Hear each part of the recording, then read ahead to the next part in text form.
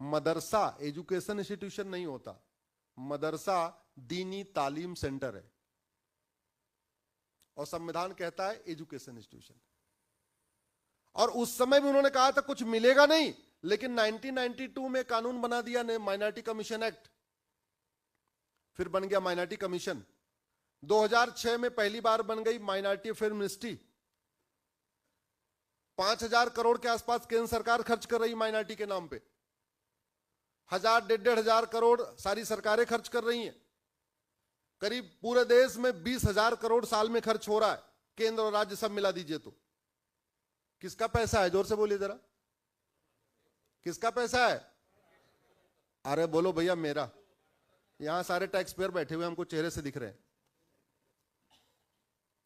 यहां मुफ्त वाला कोई बैठा है क्या राशन लेने वाला? सारे लोग टैक्स देने वाले हो, कम इनकम टैक्स दे रहे होगे, टोल टैक्स दे रहे होगे, टीडीएस दे रहे होगे, वैट दे रहे होगे, जीएसटी दे, कुछ न कुछ तो दे ही रहे होगे। तो आपके पैसे से संविधान के खिलाफ माइनॉरिटी कमीशन चल रहा है, माइनॉरिटी अफेयर मिनिस्ट्री चल रही है, माइनॉरिटी के नाम पे केंद्र सरकार खर्च कर रही है, माइनॉरिटी के नाम पे राज्य सरकार खर्च कर रही है, माइनॉरिटी के नाम पे मिशनरी स्कूल खुल रहे हैं, माइनॉरिटी के नाम पे मदरसे खुल रहे हैं। लेकिन माइनॉरिटी कौन है ये बताया ही नहीं। माइनॉरिटी जो होता है ना, यूएन में क्या कहते हैं? एनी ग्रुप और community which is socially, economically, politically dominant and non dominant and inferior in population less than 1%। ऐसा समुदाय जिसका कोई सामाजिक वजूद न हो, जिसका कोई आर्थिक वजूद न हो, जिसका कोई सामाजिक वजूद न हो, संख्या में जो नगण्य हो, उसको कहते हैं माइनॉरिटी, और 1% से कम होना चाहिए। आज तक ये डिफाइन ही नहीं हुआ कि भारत में माइनॉरिटी होगा कौन। 1 लाख जिसकी जनसंख्या है वो होगा, 10 लाख जिसकी जनसंख्या है वो होगा, 50 लाख जिसकी जनसंख्या है वो होगा, या 1 करोड़ जिसकी जनसंख्या है वो होगा। कितनी जनसंख्या वाला माइनॉरिटी होगा आज तक डिफाइन ही नहीं है। और हालत यह है, कश्मीर में हिंदू 2% है और कन्वर्टेड हिंदू 98% है, और हिंदू मेजॉरिटी कहलाते हैं, और 98% वाला क्या कहलाते हैं? पूरी दुनिया में इकलौता देश भारत है जहां 98% माइनॉरिटी कहलाता है और 2% मेजॉरिटी कहलाता है। लक्षद्वीप में हिंदू 2% है, कन्वर्टेड हिंदू 98% है, हिंदू माइनॉरिटी मेजॉरिटी कहलाते हैं और कन्वर्टेड हिंदू माइनॉरिटी कहलाते हैं। नागालैंड में हिंदू 10% है, कन्वर्टेड हिंदू 90% है। 10% वाले माइनॉरिटी और 90% वाले 10% वाले मेजॉरिटी और 90% माइनॉरिटी। इतना आपने कहीं सुना नहीं होगा। आपको इसलिए सुना रहा हूं कि आप लोग अपने अपने जिस काम में लगे हुए हैं वो तो करिए, अच्छा है, लेकिन इस बात को समझिए कि धीरे धीरे पैर के नीचे की जमीन खिसक रही है। हमारी हालत उस मेढक जैसी हो गई है जिसके ऊपर गर्म पानी मार दो तो उछल जाता है, लेकिन अगर उसको आराम से गैस को सिम करके और पतीले में रख दो तो गर्म पानी का आनंद लेता है। और हालत ये होता है, आनंद लेता रहता है गर्म पानी का, अरे थोड़ा सा गर्म हुआ है, थोड़ा सा गर्म हुआ है, थोड़ा सा गर्म हुआ है, और एक दिन ऐसे होता है जैसे 90 डिग्री टेम्परेचर होता है, फिर वो उछल के भागने लायक रहता नहीं, में खत्म हो जाता है।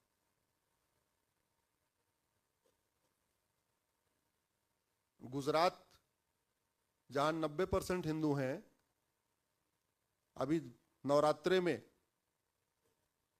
पत्थरबाजी हुई कि नहीं हुई? जोर से बोलिए जरा। हाँ, महाराष्ट्र के नागपुर जहां 90% हिंदू हैं, दुनिया के सबसे बड़े सामाजिक संगठन का हेडक्वार्टर कहां है? जोर से बोलिए जरा। दुनिया में सबसे तेज गति से सड़क बनाने वाले मंत्री का घर कहां पे है? नितिन गडकरी जी का। महाराष्ट्र के मुख्यमंत्री का गृह क्षेत्र और कर्म भूमि कहां है?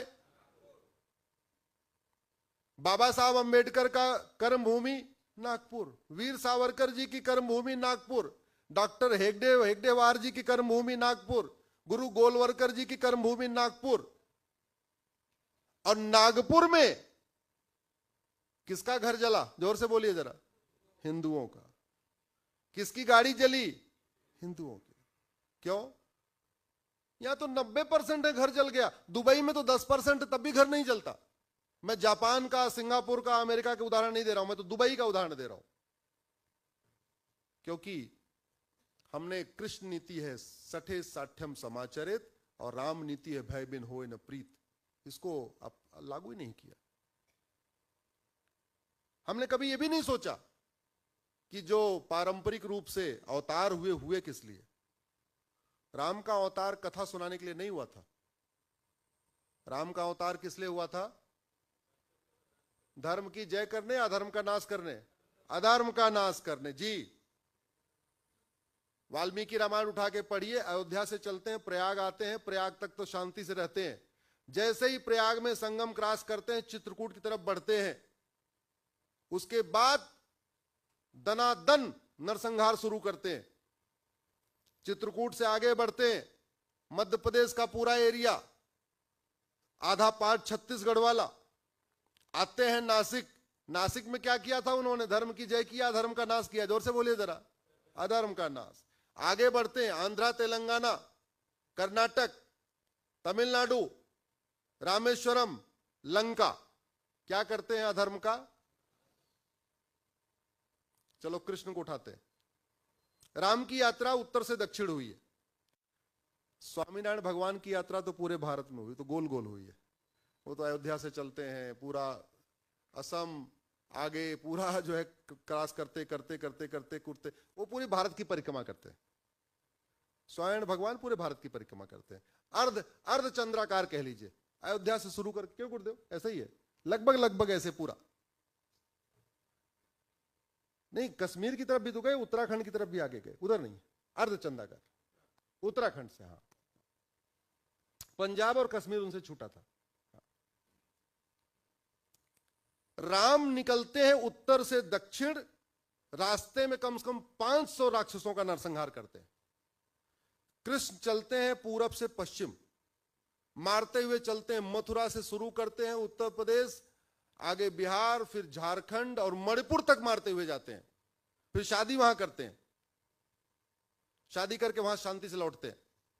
और जो बचे खुचे थे उनको कुरुक्षेत्र में बुला के वहीं मरवा देते हैं। जिनको खुद नहीं मार पाए उनको क्या किया? बोले आ जाओ कुरुक्षेत्र में, सब लोग निपट लो। तो कृष्णावतार किस लिए हुआ? अधर्म का नाश। भगवान परशुराम का अवतार किस लिए हुआ? रामायण में चौपाई है, भुजबल भूमि भूप बिनु कीन्ही, विपुल बार मही देवंदीनी। नरसंहार किए, नरसंहार किए। दुर्भाग्यवश हमने उसे सीखा नहीं। हमने कभी चिंतन ही नहीं किया कि भारत में इतनी शांति क्यों है, भारत में इतनी अराजकता क्यों है। और एक बात मैं बता दूं, जो आज की डेट में पिछले 75 साल में हम 9 राज्यों में खत्म हुए, 200 जिलों में खत्म हुए, 1500 तहसीलों में खत्म हुए, उसका मूल कारण है लब जिहाद, उसका मूल कारण है लैंड जिहाद, उसका मूल कारण है ड्रग जिहाद, उसका मूल कारण है घुसपैठ जिहाद, उसका मूल कारण है जनसंख्या जिहाद। और इनका समाधान केवल और केवल कठोर कानून, और कोई तरीका नहीं। 1000 बेटियां प्रतिदिन लब जिहाद का शिकार हो रही, 1000 पर डे, यानी साल में लगभग 3.5 से 4 लाख बेटियां लब जिहाद का शिकार हो रही। आपके अकेले महाराष्ट्र में 1 लाख बेटियां गायब हो गई पिछले 3 साल में। जब एक सेना में थे रिटायर्ड आदमी, उनकी बेटी जब ट्रैप हुई, फिर वो मेरे पास आए। पीआईएल चल रही मुंबई हाई कोर्ट में, एक कोल्हापुर के रहने वाले हो, 1 लाख बेटियां 3 साल में महाराष्ट्र गायब हो गई। 10,000 हिंदुओं का प्रतिदिन धर्मांतरण हो रहा है। 10,000 का मतलब लगभग 35 लाख। 5 करोड़ घुसपैठिए तो 2017 में आ चुके थे। ये मेरी पीआईएल चल रही सुप्रीम कोर्ट में। याद रखिए, जब सुप्रीम कोर्ट में हम पीआईएल फाइल करते हैं तो हमको आंकड़े देने पड़ते हैं और एफिडेविट पे लिख के देना पड़ता है सारी बात सही है। और केंद्र के अलावा सारे राज्य सरकारों को नोटिस हुआ है और किसी राज्य सरकार ने आज तक आके नहीं कहा, 2017 से 2025 आ गया, लगभग 8 साल बीत चुके, किसी राज्य ने बोला नहीं कि जो मेरा आंकड़ा है गलत है। अब तो उनकी संख्या 6 करोड़ हो चुकी है बांग्लादेशी रोहिंग्या घुसपैठियों की। ड्रग्स जिहाद पीक पे है इस समय। जहां भी रेव पार्टी पकड़ी जा हो रही है 100% लड़के और लड़कियां हिंदू हैं, 100%। भारत में कहीं भी रेव पार्टी होती है, छापा पड़ते हैं, जब लड़के लड़कियां पकड़े जाते हैं तो मैं दिल्ली से बैठे बैठे वहां के एसपी डीएम को फोन करके पूछता हूं कितने बच्चे पकड़े गए और उसमें से कितने कौन है। तो मैं आपको बता रहा हूं 100% हिंदू होते हैं। बड़े प्लान्ड वे में ये ड्रग को स्कूल और कॉलेज में फैलाया जा रहा है। और एक बात जो आज तक पब्लिकली लोग नहीं बोलते, मैं आपको बता रहा हूं, इस ड्रग में नपुंसकता और बाझपन की कंटेंट मिलाए जा रहे हैं। जैसे ही 2-3 साल तक लड़का वो ड्रग लेता है या लड़की ड्रग ले लेती है, लड़का नपुंसक हो जाता है, लड़की बाज हो जाती है। एक तो वैसे ही 2-2 बच्चे, उसमें कोई एक ड्रग एडिक्ट हो गया तो नपुंसक हो गया, जनरेशन खत्म।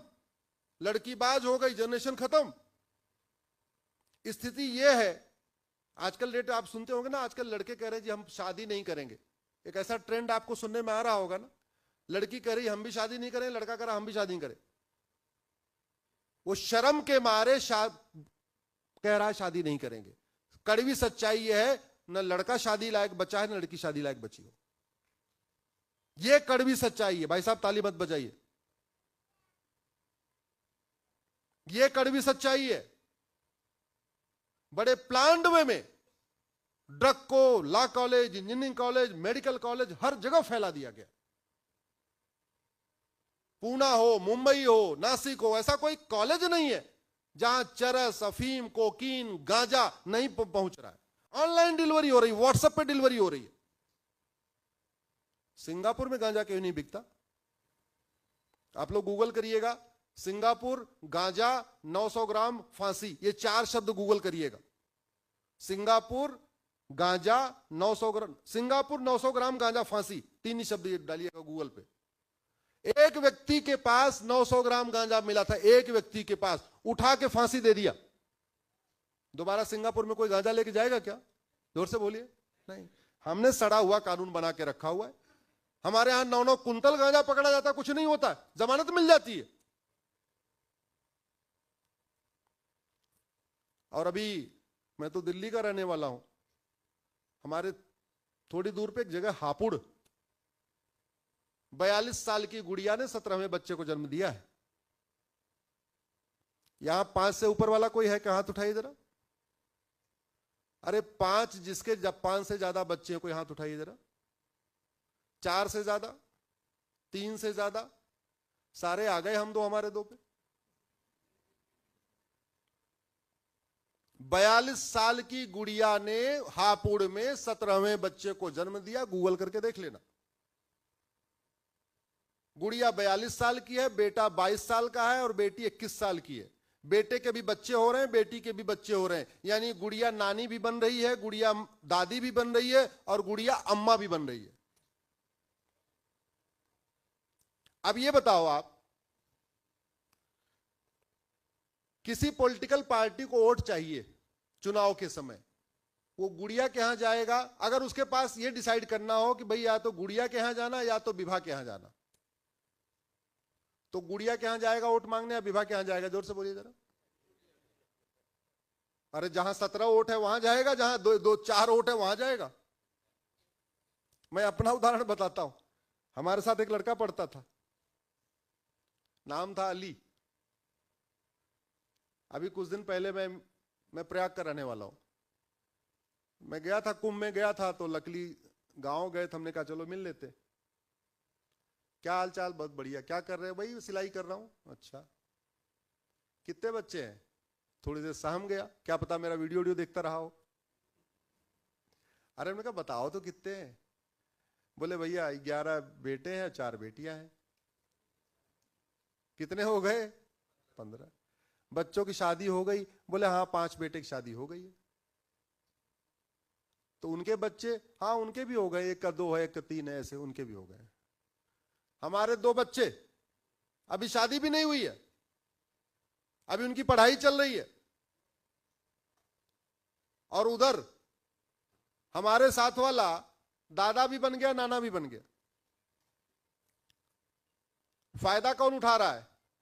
हम न हमें राशन उठा सकते हैं, न हमें मुफ्त में मकान मिलता है, न मुफ्त में राशन मिलता है, न हमें आयुष्मान कार्ड मिलता है। तो सरकारी योजनाएं क्या कर रही हैं? जनसंख्या विस्फोट को प्रमोट कर रही हैं या रिड्यूस कर रही हैं?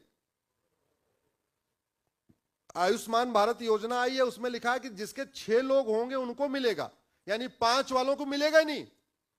अरे ये तो मतलब आप ये कह रहे हो कि बच्चा पढ़ाओ तब आपको मुफ्त में इलाज मिलेगा।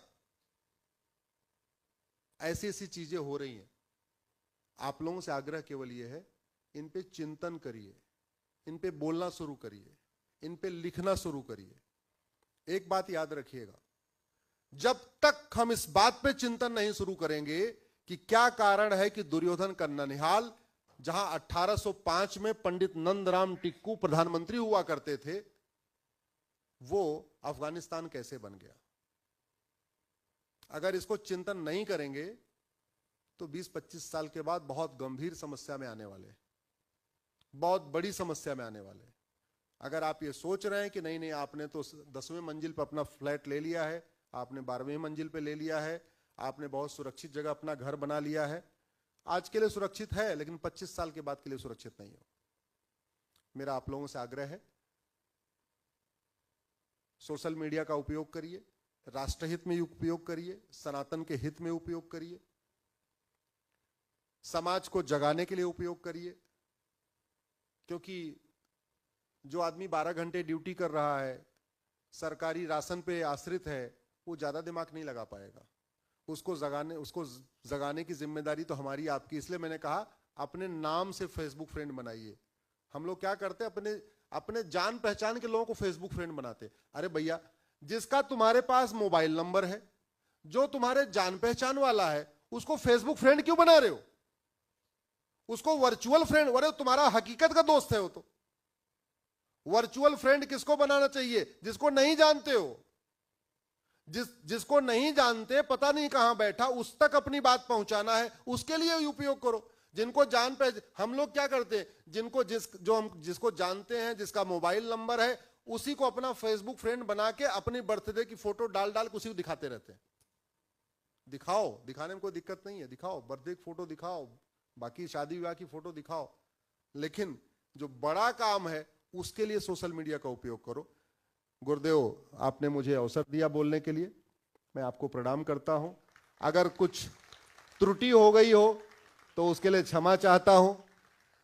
कुछ भी त्रुटि हो गई है, क्योंकि ये आप लोगों का साप्ताहिक यहां पे मिलन होता है, और बहुत खुशी है कि आज मेरा 22वां कार्यक्रम है।